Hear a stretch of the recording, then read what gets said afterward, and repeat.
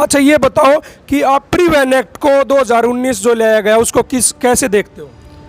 Sir उसको मैं इस तरीके से देखता हूँ, देखिए उसके अंदर सबसे पहले कमर्शियल गाड़ी को हम लोगों को, जितने, मैं अपनी स्कूल कैब्स की बात नहीं कर रहा, जितने भी कमर्शियल गाड़ी वाले चलाने वाले हैं सर, ड्राइवर्स और जो ऑपरेटर हैं, टूर ऑपरेटर हैं, इन सबको सर, क्योंकि हम लोग हैं सर आप लोगों के सारथी जिसको कहते हैं, सारथी हैं सर हम आप लोगों के। और अब ये मैं अपने हिंदुस्तान की बात नहीं, आप किसी फॉरेन कंट्रीज़ में जाके देखिए सर कि वहाँ पे गवर्नमेंट ने क्या क्या इनिशिएटिव्स लिए हैं ड्राइवर्स के लिए और ट्रांसपोर्टर्स के लिए। उन्होंने वहाँ पे उनको बेरोजगारी भत्ता दिया गया सर। यूएसए के अंदर आप यकीन नहीं करेंगे सर, इस बात को मैं उठाना चाहता हूँ कि जो लोग वहाँ पे अपना टैक्स पेई हैं, सरकार ने उनको मंथली आपको बिठा के $1250 पर मंथ दिया है सर।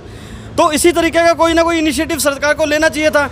अब मैं अपने आप को बताता हूँ कि मैं अपना पर्सनल बताता हूँ कि सर मैं आपको अपना जो टैक्स है, मैं अपना टैक्स भी भरता हूँ सर गवर्नमेंट को। मैं और मेरी वाइफ दोनों टैक्स भरते हैं सर, टैक्स पे ही हैं हम। और उसके बाद हम अपनी गाड़ी को पार्किंग फ़ीस भरते हैं सर। आज की डेट में सर मेरी गाड़ी पार्किंग में खड़ी हुई है।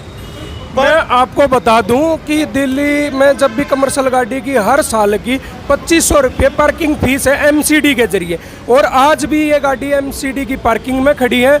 भाई साहब बताएंगे कि कितना महीने का पार्किंग फीस दे रहे हैं, इसकी पार्किंग का चार्ज दे रहे हैं पर महीने का, और उसके बावजूद भी चलान आया है इनका, वो भी आपको बात करवाते हैं। भाई साहब ये बताओ पहले कितना महीने का पे कर रहे हो एमसीडी? सर 2500 रुपये इस गाड़ी का मेरा है जो मैं पे करता हूँ। हाँ जी, 2000 और 2500 के बीच में। आज मेरी गाड़ी को सर खड़े हुए 8 महीने हो गए हैं। सरकारी पार्किंग है? जी, एमसीडी की पार्किंग है सर, ऑथोराइज्ड पार्किंग है, ये सरकारी पार्किंग है, जिसके अंदर मेरे को 8 महीने से सर मेरे ऊपर जो सिर के ऊपर जो मेरे 18 से 20 हज़ार रुपये चढ़ गया सर। ये बताइए कि मैं कहाँ से दे दूँगा सर पार्किंग वाले को, पार्किंग वाले वेंडर को सर मैं कहाँ से वो पैसे दे दूँगा जब मैं कि बेरोजगार होकर घर पर बैठा हुआ हूँ। और उसके अलावा सर मैं आपको एक बहुत बड़ी चीज़ बताना चाहता हूँ। आज मेरी गाड़ी जो है ऑथोराइज्ड पार्किंग के अंदर खड़ी हुई है। आपको मैं दिखा सकता हूँ कि इस पार्किंग के अंदर खड़े खड़े मेरी गाड़ी का चालान भेज दिया गया मुझे, नो पार्किंग का चालान भेज दिया गया, जबकि इन पार्किंग के पैसे 2 बार पे कर चुके हैं।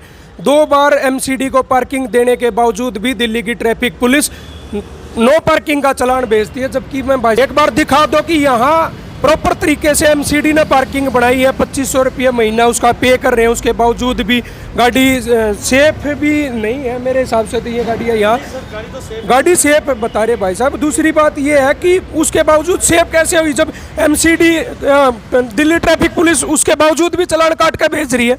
यहाँ तो चालान नहीं बनता ना, इस हिसाब से तो सेफ का हो, सेफ तो वो ही ना आराम से खड़ी भाई पार्किंग में, अब तो मेरा चालान नहीं आएगा। नो पार्किंग का चालान पार्किंग से भी आ रहा है। बिल्कुल सर, बिल्कुल। हम तो इतनी बड़ी गाड़ी मैं कहीं पे रोड पे तो खड़ी कर नहीं सकता सर। जब मैंने इतनी बड़ी गाड़ी लिया तो सर मैं उसको प्रॉपर पार्किंग में भी सोचूंगा खड़ी करने की, जिससे कि देखो मेरा भी फ़ायदा है कि गाड़ी मेरी सेफ़ रहेगी।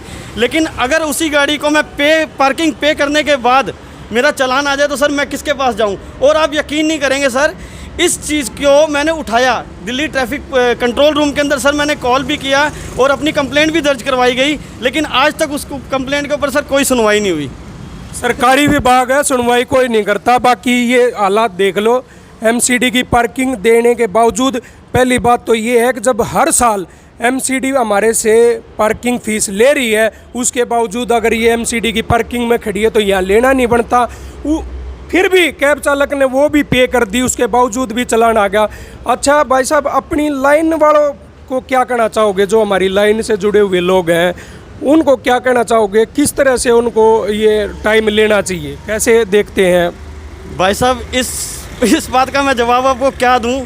आप यकीन नहीं करेंगे, आपके पास आने से पहले और आपसे मिलने से पहले शायद मेरे रात को भी आपसे बात हुई थी मेरी, और हम लोग तो यही चाह रहे थे कि जैसे भाई साहब ने एक बहुत इनिशिएटिव लिया है इस चीज़ को उठाने का, मुद्दा उठाने का, तो हम लोग भी चाह रहे थे कि चलो हम एक हो जाएं, किसी तरीके से हम लोग एक हो जाएं।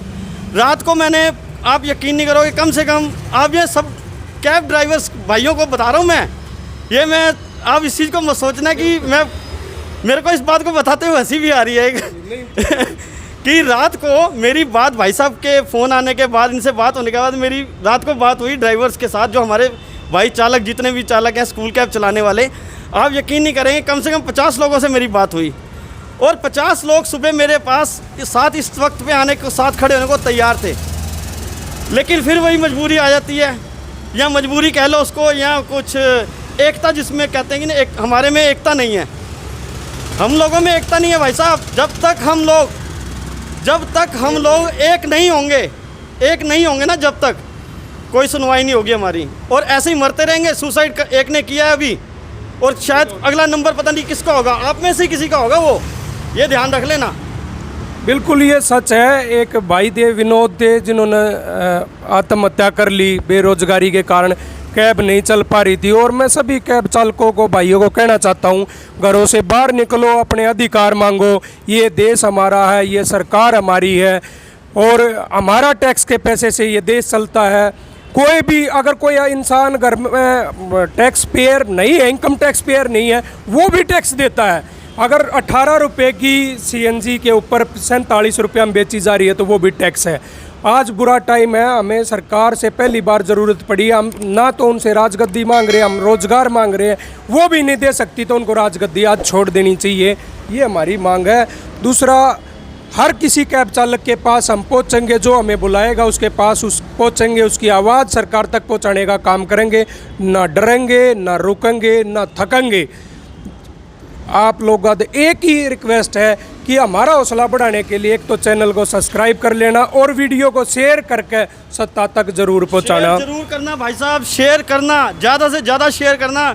अगर शेयर नहीं कर पाए इस वीडियो को, तो इन भाई साहब का और मेरा आज यहाँ पे खड़े होने का और ये भाई साहब का कोई फ़ायदा नहीं है। ये वीडियो हम जितनी मर्जी डाल लें, जब तक इसको शेयर नहीं करोगे, जब तक आवाज़ नहीं उठाओगे, तो हम लोगों का ये प्रयास करने का कोई फ़ायदा नहीं है, कोई सुनवाई नहीं है, कोई कुछ नहीं है सर। ये एक सिर्फ YouTube चैनल ही नहीं है, ये आपकी छवि भी सुधारेगा, वो मैं आपको बताता हूँ। पहले आप इसके ऊपर रिसर्च करके देखो, अपने YouTube चैनल के अंदर स्कूल कैब लिखो, और नीचे आप सर्च करके देखोगे तो उसके अंदर आपको दिखेगा एक्सीडेंट की, या हमारा नेगेटिव ही उसके अंदर जो टीवी चैनलों ने आज तक दिखाया वही देखने को मिलेगा।